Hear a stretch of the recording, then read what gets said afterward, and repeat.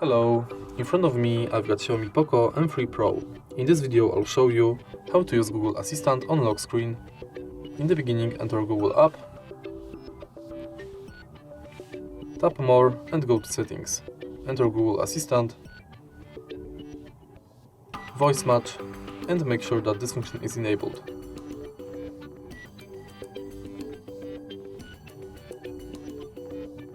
Now go back, enter lock screen and also make sure that this function is enabled. Now you can lock the screen and simply say, "Hey Google, what's the weather like tomorrow?" It'll be mostly cloudy, with a high of -1 and a low of -4.